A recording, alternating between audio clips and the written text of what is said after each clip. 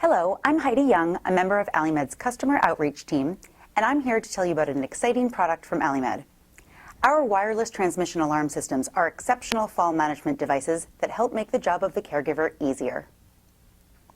The wireless transmission alarm system include the following components: a patient alarm transmitter unit, labeled Patient Unit. This is your primary unit that will be connected to the sensor pad. A remote receiver unit, labeled Remote Unit, for placement up to 100 feet away. This device will receive the wireless signal sent from the transmitter unit and will sound an alarm. And a sensor of your choice, either bed or chair sensor pad or fall or egress mat. Here's how the system works. The patient tries to get up unassisted. The patient alarm immediately sounds. At the same time, the patient's sounding alarm alerts the caregiver by sending a signal to either the remote receiver unit or the nurse call station. The remote unit, which can be placed 100 feet away from the patient unit, allows the caregiver to see and hear an alarm from the hallway. Why would your facility benefit from using a wireless transmission alarm? The answer is simple. It's wireless. It transmits signals to multiple devices. It allows earlier warning to patients at risk of falling by increasing the reach of your patient fall alarm. It helps reduce fall hazards by eliminating wires and cords to trip over. And it is multifunctional. Use it with chair, bed, or with floor alarm sensors. On the top of the patient unit is the power and hold LED lights, the hold reset button, and the low battery LED. On the side are the power button and nurse call jack. On the bottom, you'll find 2 sensor jacks and an AC adapter. And on the front is the alarm speaker. On the back of the unit is the battery compartment, where you'll find the volume selector and controls for pairing the unit to the remote receiver unit. The patient unit comes with everything you will need for mounting the alarm and 3 AAA batteries. Now let's take a look at the remote unit. On the front, you'll find 2 low battery indicators, one that shows the status of the remote unit itself, and the other for the patient unit. To the right is the power LED light. Just below is the alarm silence button, and at the very bottom, the yellow light panel that flashes when the alarm sounds. On the side are the power and volume buttons and an AC adapter port. On the back is the battery compartment, which also houses the switches used to pair this remote unit to the patient unit. The remote receiver unit also comes with mounting supplies and 4 C batteries.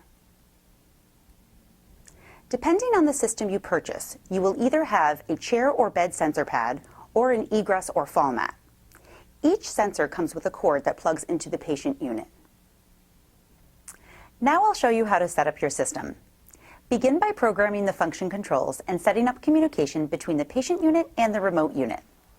We will now quickly run through how to program the following functions: assign sensor type, bed, chair, or floor; assign ID codes to pair the transmitter unit with the remote receiver; alarm volume, low, high, and silent; hold length for tending to a patient without setting off the alarm; activation delay for adjusting the length of time before the alarm will sound; and alarm length, which is how long the alarm will sound.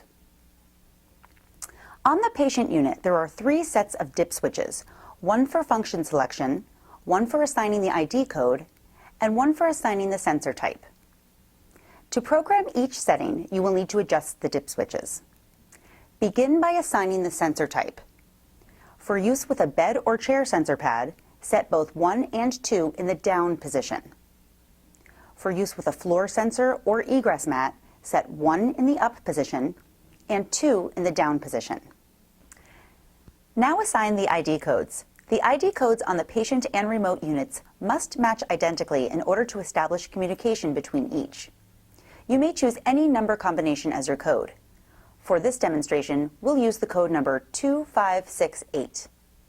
Adjust the switches on the patient unit by setting the 2, 5, 6, and 8 in the up position and leave all other numbers down as shown in the diagram. Do the same for the remote unit.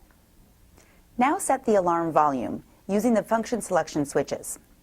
You will use only the number 1 and number 2 switches. Program the unit for low volume, 90 decibels, high volume, 100 decibels, or silent for use with the nurse call system. For low volume, set the 1 and 2 switches in the down position. For high volume, set number 1 in the down position and 2 in the up position. And for silent, set both 1 and 2 in the up position. Now adjust the hold length. Do this by using the number 3 and 4 switches. Set the unit to hold for 5, 15, 30, or 60 seconds. Now set the activation delay, using the 5 and 6 switches. Set the delay to 0, 2, or 4 seconds. Note, this setting will only work for bed or chair sensor types. Finally, set the alarm length, using the 7 and 8 switches.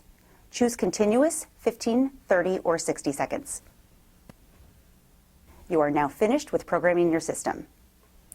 Now connect the patient unit to the sensor device. For this demonstration, we'll use the bed sensor pad. Connect the sensor pad's cord, plugging it into jack number 1. Note, the bed or chair sensor pad can only be plugged into jack number 1. However, floor or egress mats can use either jack. Before using the sensor pad with a patient, test it to ensure proper function. Do this by applying pressure to the pad for 3 seconds, then release. The alarm will sound. Now decide where you will mount each device. Make sure to mount the patient unit out of the patient's reach to avoid tampering. Using the included wall mounting bracket, mount the alarm to the wall with either screws or double-sided tape. Now simply slide the patient unit onto the bracket. A mesh mounting bag is also available separately for attaching the patient unit to a bed rail, chair, or other area. Now mount the remote unit. It must be at least 3 feet away from the patient unit and no more than 100 feet away. There are 2 ways to mount the remote unit. On the back is a magnetic surface that allows mounting onto a metal surface. To mount to a non-metal surface, use the included mounting bracket. Attach the bracket using screws or double-sided tape and simply slide the unit onto the bracket. You are now ready to use your wireless transmission alarm system. Position your patient in a bed or chair with the sensor pad beneath. When the patient rises, the alarm will sound in the selected locations: bedside only, or bedside and your chosen remote location, remote only, nurse call only, or all 3 locations. An optional nurse call adapter and connector cord may be purchased separately. To connect your wireless system to a nurse call system, plug the nurse call Y adapter into the nurse call wall jack within the patient's room. Plug the nurse call cord into one of the jacks on the nurse call adapter. Plug the connector cord into the other jack. And finally, plug the other end of the connector cord into the patient unit. There are 2 ways to reset the patient unit when using a sensor pad. You may either reapply weight to the sensor pad, or you may press the reset button on the patient unit. To silence the remote unit, press the gray button on the front. The lights will continue flashing until the patient unit has been reset. For floor sensors, you must reset the alarm using the reset button on the patient unit.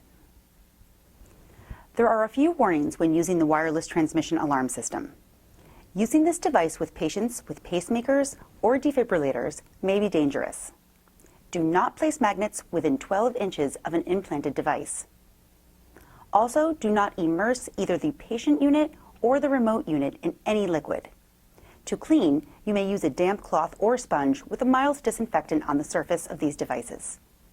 Do not use alcohol, acidic, or harsh petroleum-based cleaners. You've just viewed the instructional video for Alimed's wireless transmission alarm systems. For additional instruction or information, please refer to the included operator's manual. I'm Heidi Young for Alimed. Thank you for viewing.